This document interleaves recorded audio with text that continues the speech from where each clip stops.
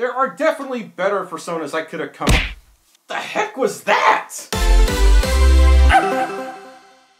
And hi everyone, my name is Stormi the Folf, and not too long ago I made a video on how to make a Fursona, which you can check out up above. It talks about everything you need to bring your Fursona to life. But for this particular video, I'm going to literally make a brand new Fursona step by step, like choosing the species, their physical design, a backstory, personality, all the things. So yeah, I'm gonna make a brand new Fursona because I haven't done this in a while, and hopefully I don't screw up too badly.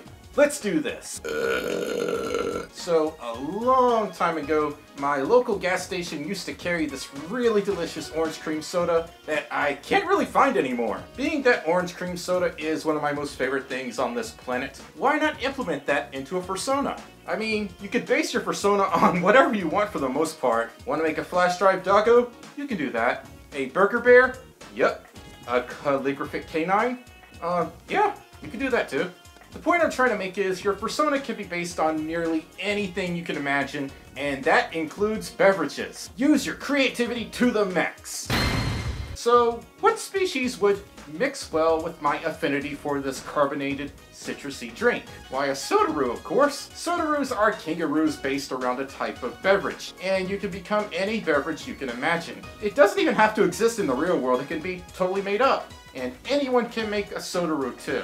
And no, I didn't pick a sodaroo because of the card. I swear. Anyway, it's an open species with a minimal rule set. You get a ton of design freedom with sodaroos. Just don't claim exclusive rights to a particular type of soda, especially if you make a soda based on Dr. Pepper and someone else does the same thing but with a different name and art. You cannot accuse them of stealing your Fursona, if that makes sense. I'll include a link to the sodaroo rules in the description below. But yeah, anyone can make a sodaroo. A disclaimer before I begin. I do not claim to be an exceptionally talented artist by any stretch of the imagination. I am not perfect. I haven't drawn a lot of kangaroos, but I'm gonna try my best this time. And because I'm not expert enough with tablets, I'm gonna scan some traditional art, bringing my new Fursona to life. Basically, your boy can only draw with a pencil. He is terrible with tablets, he is terrible with drawing on phones, but he can draw with a number 2 pencil. So, yay. Let's make a story for our carbonated marsupial. Let me introduce you to Bob. Bob lives in the 89th dimension on a planet known as high fructose corn syrup, or syrup for short. Bob was not fond of his namesake because his dad named him after his grandfather, former Prime Minister of Syrup, who hated basically everyone and everything, especially soda. And Bob really loved orange cream soda, so much that he himself had a faint orange glow anytime he drank some. Bob's parents weren't the nicest people, and they worked for a company called Clucker Kohler, who offered them a massive pay raise if their household only drank Clucker Kohler soda and nothing else. Shortly after Bob's 18th birthday, his family gives him the boot. Perplexed as to why his parents kicked a boot at him, he thoroughly examined it, finding inside of it a notice of eviction. Bob was being kicked out because his parents did not approve of his orange cream soda obsession, and with the planet's economy in shambles because of the war against the H2 ogres, Bob was left with a knapsack and a long journey ahead of him, hopping between places to shelter as the war raged with hydrocity. Bob found shelter at the Winston Soda Factory, who was known all over the planet for their iconic orange cream soda. Whimpering and without a place to stay, the custodian at the factory offered him a place of refuge in a closet labeled Keep Out. Cold, scratched up, and exhausted from walking miles for days, Bob collapsed, knocking over a shelf filled with secret chemicals used to make orange cream soda, soaking him in all kinds of liquids and soda additives. Several hours later, Bob came to, but felt different. He was noticeably more energetic.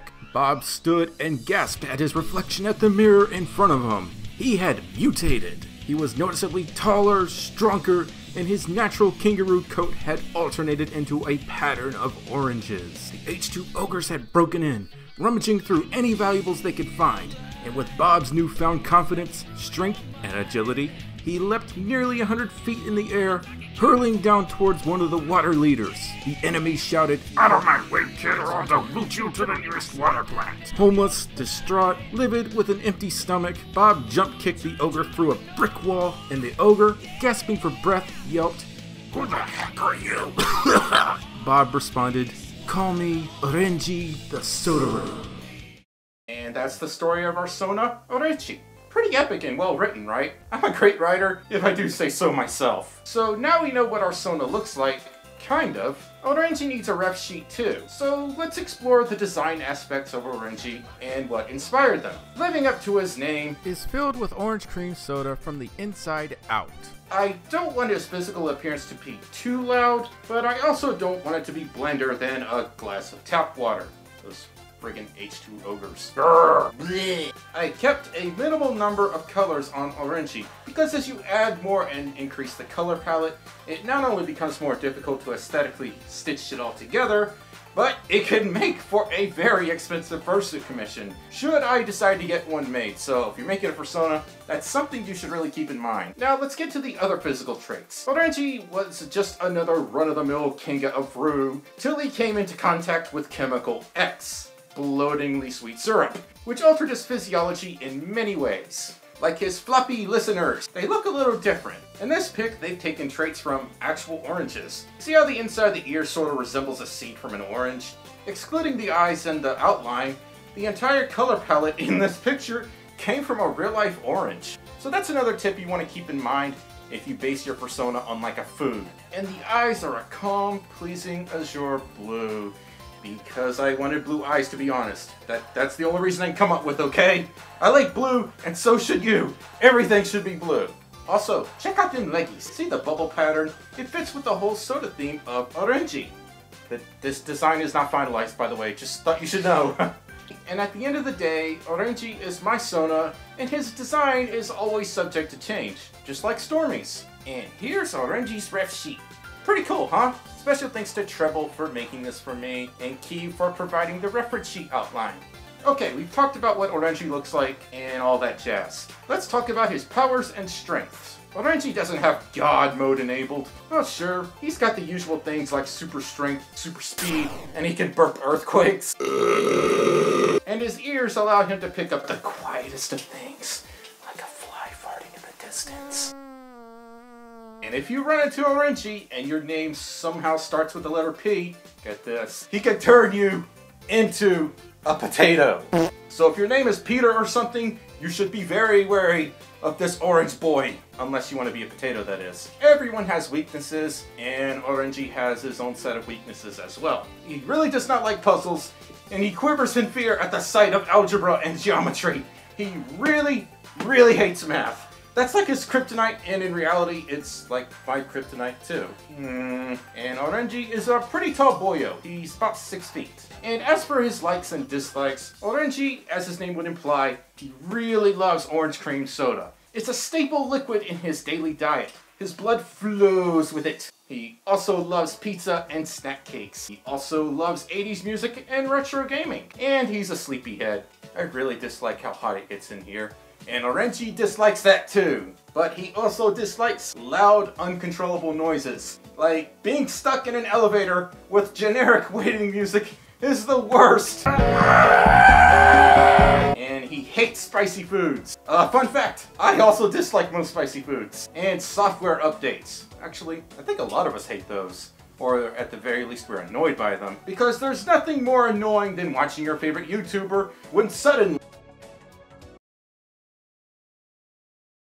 I do want to expand more on Orenji's personality in the near future, so if things seem a little like limited in his personality, likes and dislikes and so on, he is still very much work in progress. And one last thing, you could change your Fursona's design at any point in time. As you just saw from the last several pictures, Orenji is a work in progress Fursona. He's not finalized yet. I'm experimenting with a variety of styles and color schemes, and eventually I'll settle on something. The only time you can't change your Fursona's design is if you're commissioning someone for art, or especially a fursuit. You cannot keep changing the design while your artist is trying to put things together. That's bad. Don't do that. Unless, of course, you're paying them to design your persona, and then the terms might be different in that case. But do I really love my new Sotaru, Orenji? Yeah, he's pretty okay. I mean, I'm not super attached to him. I only just made him a few days ago. There are definitely better personas I could have come up. The heck was that? What was that? Could have swore something just kicked me in the snoot. Weird. Anyway, should I get more art made of this orange Sotaru? Should I continue the story? Should I change some of his features, or even get a fursuit made of him? Should I make him some friends? Should I do more animations like I did in the beginning, if you can consider that an animation? Let me know in the comments. Anyway, yeah, I hope y'all enjoyed this one. If you like this video, give it a thumbs up. Let me know your thoughts in the comments. Do a subscribble so you can catch the next Storm Bully video. Share it with your other furry friendos. And check out my Patreon page for all kinds of secret perks, goodies, and even early access to my videos. Anyway, thank you all so much for watching, and I'll see you all next time. Bye bye!